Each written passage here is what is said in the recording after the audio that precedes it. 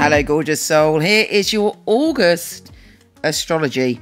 Now, bear in mind, this is the peak of the retrograde season, as Mercury, Mars, Saturn, Neptune and Pluto are all retrograde at the start of this month.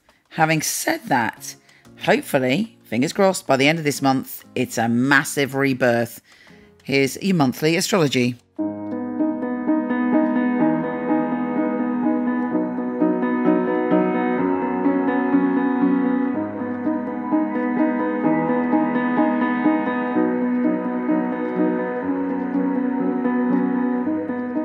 Hey gorgeous Aries, you are in a bit of a funk because Mars, your illustrious ruler, is going retrograde. This can feel like you're a bit more lethargic than usual. You haven't got your usual outgoing, courageous warrior spirit. But it's very, very important because you're getting things done in the background that are going to lead you to victory. So get into the groove of just doing your homework. With Mars square Uranus and Uranus going retrograde, you are feeling maybe that you're kind of not sure what foundations you want to lay. You might agree to something and then change your mind. You might feel frustrated with a group of people. But you know what? Just kind of bide your time until the end of the month if you can. Particularly as Mercury is retrograde. Venus shifts signs on the 7th and it goes into a lovely space for you. It goes into your relationship zone. So you're feeling loved up, you're able to keep the peace between people, you're able to see other people's points of view.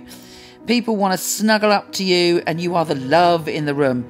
Okay, you might not be your usual wild spirit in the room, but you are the one with the voice of reason. And you're very, very caring this month. With the Sun conjunct Mercury on the 9th, you could have a conversation and bump into a soulmate. With Venus trine Mars as well, that you're meeting people who are really important. Could even be someone from the past that pops back in and you realise that they have your heart in some way. With a new moon in your soulmate, creativity and pleasure zone, you're able to have a new start and let go of the past. And a very important conversation should occur around that day. Now be careful you don't suddenly fall into an obsession or an addiction because it is square Jupiter in your obsessional primal zone.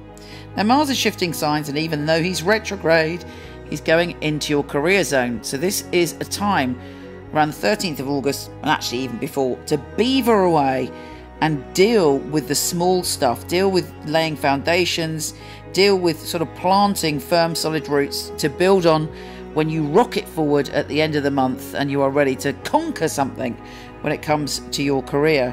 With Mercury sextile Venus, again, very important conversations to do with intimate relationships, and you're like, you know, really getting up close and personal with people, and you're feeling that you've got soul connections, you're feeling that you're really touching the deeper levels of the people that you talk to, and you should have some very, very beautiful intimate times this month. Now Jupiter's trine Neptune and making all of us very empathetic, but particularly you. You want to do something meaningful. You want to heal, you want to connect. You might have a sudden sign or inspiration of what you're meant to do, and you're sort of washed away with emotions and you're heading towards doing what you've got to do.